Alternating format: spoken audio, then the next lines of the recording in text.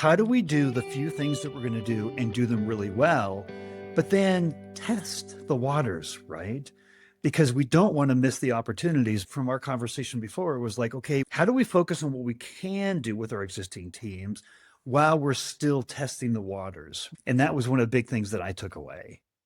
I would say this too. I have an example. We have a new brand called Uniquely You, and it's not only, we've launched 8 magazines in that space, which is great. It's for special needs communities. It's a great resource. It has so much heart in it. I have a lot of passion about it.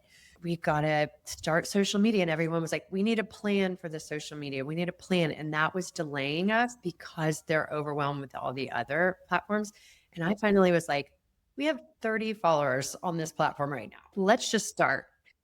Just put content up. It doesn't have to be amazing. It's picture let's just get something up and not overthink this one while we're building it. It's great to be a strategy person, and I am, but also there's a moment when you're like, the stakes are low. Let's just get some stuff up. Let's just start. Because with TikTok, we sat on that a little too long because we didn't have a strategy. And we were like, we gotta just go. So there's that too, that delay of perfection that you also don't want to get stuck in.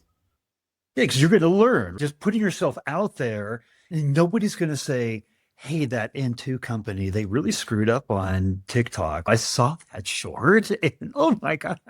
Nobody's, we think we have to be perfect every single time.